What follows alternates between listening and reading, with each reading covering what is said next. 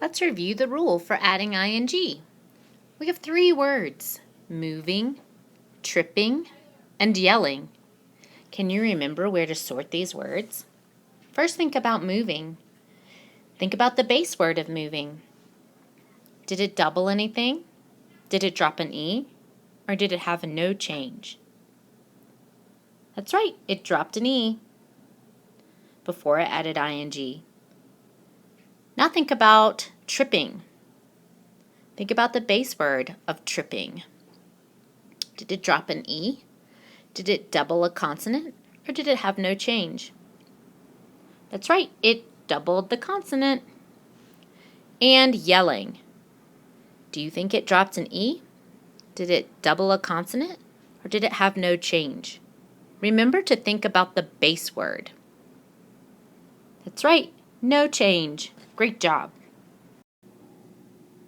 In this lesson, we will learn how to add ed to words. We will also learn about inflectional endings. The rules for adding ed are similar to how we add ing to words. When ed is added to a word, it shows that something has already happened in the past. Let's think about the rules that we learned for adding ing. We're going to use those same rules when we add ed to words. Let's read this word, stop. Stop ends with a vowel and a consonant. Do you remember what we do when we have a vowel and consonant? When we have a vowel consonant, we double the consonant. So stop turns into stopped with 2 P's. Now let's look at the word name. Name ends with a vowel consonant with a silent E. What do we do with a vowel consonant silent E?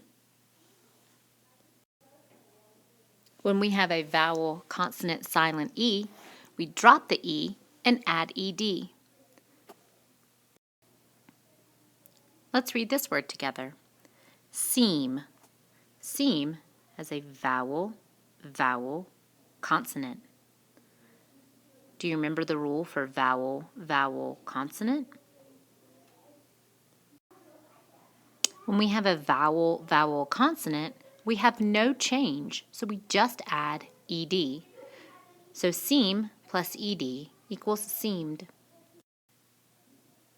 There's one more rule that also does not have a change. When we have a vowel consonant, as in pass,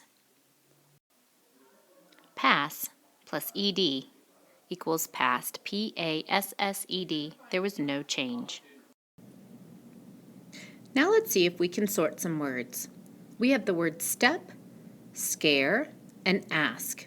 Let's start with the word step. Step ends with a vowel consonant. Can you remember what rule you would follow when a word has a vowel consonant to add ed? If you said double the consonant, you were right. Step turned into stepped with 2 P's. Now let's think about the word scare. Scare has a vowel consonant with a silent E.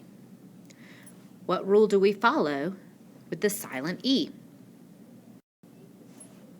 If you said it was an E drop, you were correct. Drop the E, add ed. Now let's look at the word ask. Ask has a vowel consonant. What rule do we have here? For a vowel consonant, there's no change. We just add ed. The ed endings have different sounds. Listen for the sound of the ed ending as I say the word stepped. Stepped. What sound does the ed make in stepped? The ed has a T sound. Listen for the ending sound as I say the word filled. Filled. What sound does the ed make in filled? It has a D sound. Now listen as I say the word acted. What sound do you hear at the end of acted? It has the ed sound. Now let's see if we can do a sound sort. We have 6 words to sort. Let's start with the word knotted. Does it end with the T sound, the D sound, or the ed sound? Knotted. If you said the ED sound, you were correct. Now let's look at the word dropped. Say the word, dropped. What sound did you hear?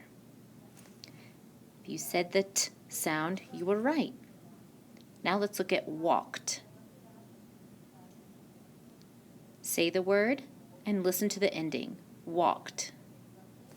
It ends with the T sound. Now let's look at skated.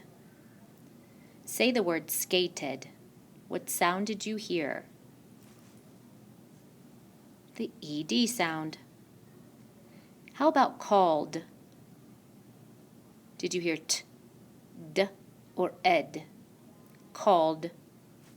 That's right, D. Now waved. Say the word waved. What sound does it end with? The D sound. Very good. There are some words that do not follow any of the 4 rules we've learned for adding ed to a base word. We call these words oddballs. Some examples of these words are mixed, boxed, fixed, and chewed. These words do not follow our rules, so we call them oddballs. When you read words that do not follow our spelling rule, just remember to call them an oddball.